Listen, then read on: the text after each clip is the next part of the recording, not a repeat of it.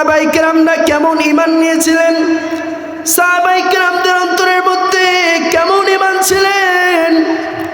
তারপরও জীবন চলে যাবে, তারপরও মুহাম্মাদের কালিমা ছাড়বে না। আজকে মুসলমান কেবল কপাল পোড়া মুসলমান, সামান্য টাকার জন্য আমি ঈমান বিক্রি করে দিয়েছি। কথা ঠিক কিনা? কথা ঠিক কিনা? সামান্য ক্ষমতার জন্য আমরা ঈমান বিক্রি করতেছি, সামান্য একটা নারীর জন্য ঈমান বিক্রি করতেছি। কথা ঠিক কিনা? হে মুসলমান, শুনে নাও, বুঝে নাও, মাথায় রাখবা, ঈমান বড় এমন একটা সম্পদ। বান্দা তোমার অন্তরে ঈমান নাই, বান্দা তুমি জান্নাতি হবা না। আর যদি তোমার অন্তরের মধ্যে ঈমান থাকে, আর তুমি যদি অন্তরের মধ্যে ঈমান নিয়ে অবিচল রাস্তায় যদি চলতে পারো, বান্দা তোমাকে জান্নাত দিবেন। তিনি হচ্ছেন কে? আওয়াজ দিয়ে বলেন, তিনি কে? ঈমানের পথে অবিচল থেকে আমার মরণ যেন হয়। ঈমানের পথে অবিচল থেকে আমার মরণ যেন হয়। ঠিক না? হে মুসলমান, আল্লাহর গোলাম, আল্লাহ রাব্বুল আলামিন ঈমান পুরুষ সম্পদ। ওই সাহাবায়ে কেরাম যখন চাচাকে এই কথা বললেন, ও চাচা, আমার দুনিয়াতে যাবতীয় যা কিছু আছে, সংসারের মধ্যে যা কিছু আছে, জমি জমা টাকা পয়সা तमाम কিছু যদি তুমি কেড়ে নাও, আমাকে যদি আগুনের মধ্যে যদি ফালায় দাও, তারপরও মুহাম্মাদের কালিমা আমার জবান থেকে আমি ছাড়ব না। আল্লাহু আকবার। সাহাবায়ে কেরাম যখন এই কথা বললেন, তার চাচা প্রশ্নের উত্তর দিলেন, ও ভাতিজা আমার, তাহলে তুমিও আমার শেষ কথা শুনে রাখো। তুমি যেহেতু মুহাম্মাদের ঈমান গ্রহণ করেছ, মুহাম্মাদের কালিমা তুমি গ্রহণ করেছ, তুমি তাহলে মাথায় রাখো, আমি যাবতীয় যা কিছু তোমারে দিয়েছি না কেন, সমস্ত কিছু আমারে দিয়ে দাও।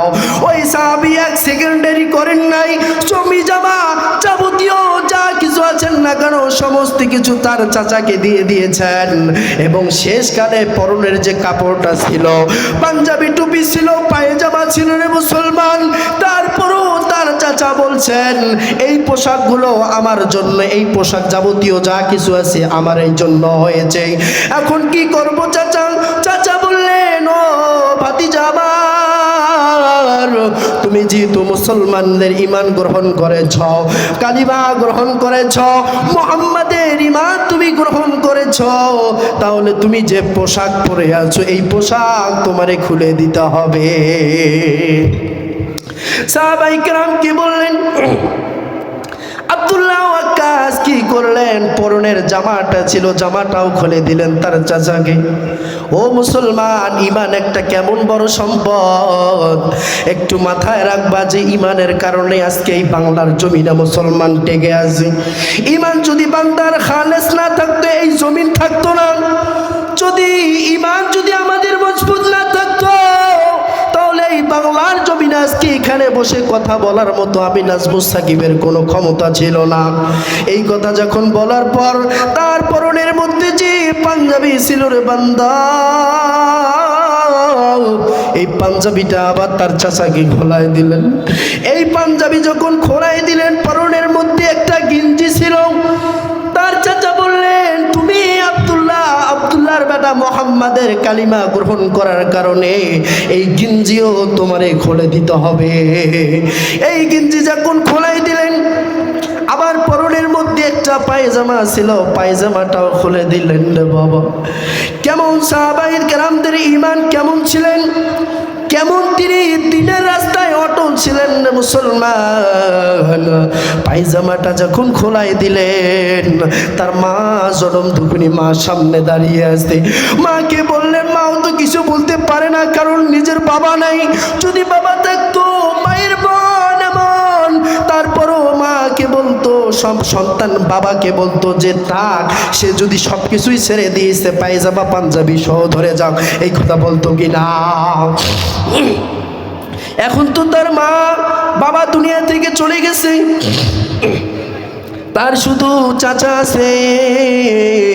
চাচা বললেন বান্দা তোমার ও ভাতিজা তোমার সব কিছুই খুলে দিতে হবে।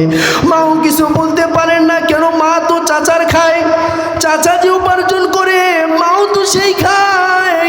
এই কথা যখন আর কিছু জবাব দিতে পারলো না, সাহাবায়ে কিরামটা আব্দুল ওয়াক্কাস ওই অবস্থায় তিনি মসজিদে নববীর দিকে রওনা দিয়েছেন।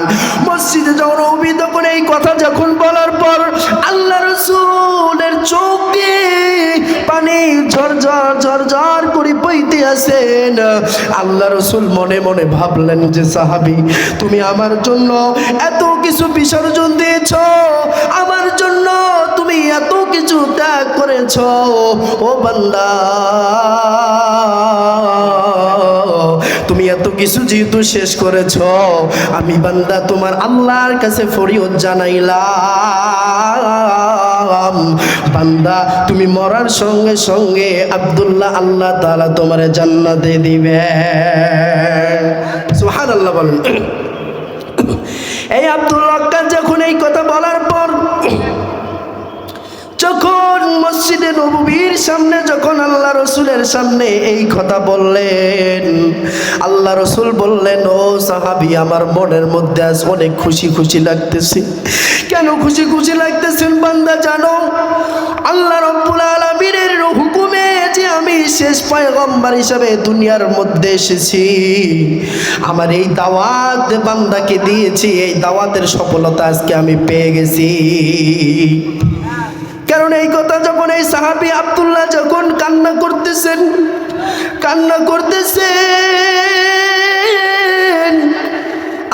আর নবী করিম সাল্লাল্লাহু আলাইহি ওয়াসাল্লামকে যখন এই কান্না করে করে এই কথাগুলো বলতেছেন, যখন বললেন যে আমার কিছু নাই, আর আল্লাহ রাসূল কান্না করতে করতে আল্লাহ রাসূলের গায়ের মধ্যে যে গজি ছিল, দামি দামি গজি ছিল, ওই কথা শোনার পর আল্লাহ রাসূলের পরন থেকে তার গজি ওই বান্দাকে হাদিয়া দিয়েছে। কেমন পয়গম্বর! আমার নবীর জনম দুঃখিনী মাও নাই, আমার নবীর কিন্তু বাবাও নাই। আল্লাহর নবী বলেছেন, ও মুসলমান ইমানদার, এই ঈমান বড় একটি এমন এক সম্পদ। আল্লাহ রাব্বুল আলামিন যে বলেছেন, ওয়াল আসর ইন্নাল ইনসানা লাফি খুসর। বাবা কি বল, প্রথম আয়াতের তাফসীর চলতেছে রে বাবা। এইরকম ভাবে যদি আয়াত শেষ করতে যাই, এরকম মনে হয় 3 আয়াত সবকিছুই পড়ে যাবে, আল্লাহ পাকের কোরআনের তাফসীর ফুরাবে না। আল্লাহ রাব্বুল আলামিন বলেছেন, ইন্নাল ইনসানা লাফি খুসর, সমস্ত মানুষ ক্ষতিগ্রস্তর মধ্যে।